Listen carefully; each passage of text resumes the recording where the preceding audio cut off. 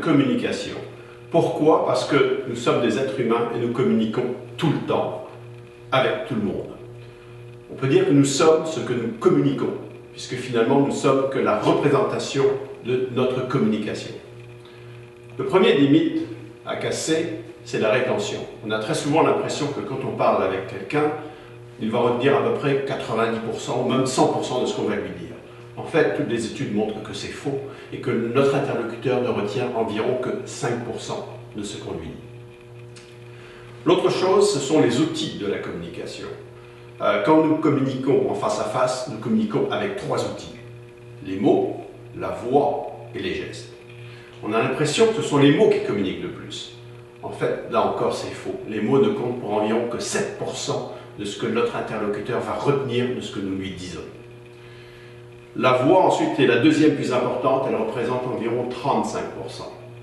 Et enfin, le plus important, eh bien, ce sont les gestes qui font la différence, c'est-à-dire environ plus de 60% de la communication, c'est bien entendu une moyenne. Au téléphone, c'est différent. Nous ne pouvons communiquer qu'avec 2 choses, les mots et la voix. Eh bien, les mots ne représentent plus que 20% de la communication au téléphone et 80% est représenté par la voix. Donc, je dis très souvent aux gens qui travaillent au téléphone, vous êtes une voix. La première des choses que le client va faire quand il va vous écouter, c'est qu'il va essayer d'identifier 2 choses. La première, c'est est-ce que la personne est sérieuse et compétente? Ça, il va le faire avec les mots. La deuxième, est-ce que cette personne-là est sympathique? Et ça, il va le faire avec la voix.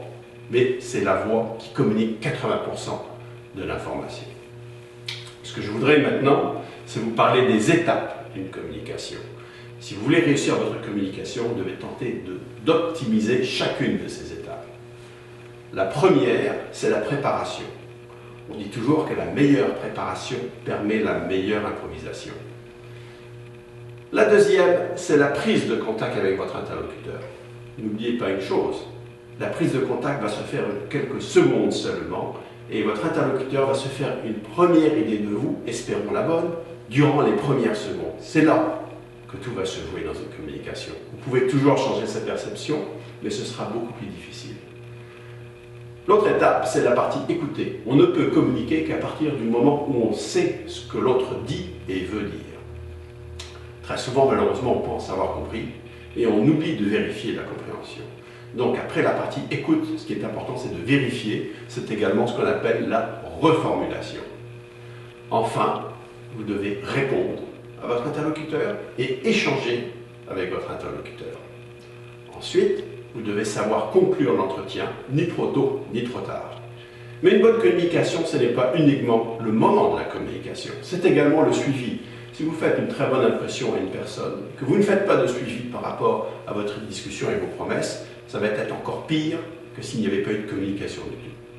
Donc, si je répète, les différentes étapes sont la préparation de la communication, la prise de contact avec votre interlocuteur, l'écoute de votre interlocuteur, la vérification de savoir si vous avez bien compris, la réponse à ses questions, ses objections, la discussion que vous allez avoir avec lui, la conclusion et enfin le suivi. Merci.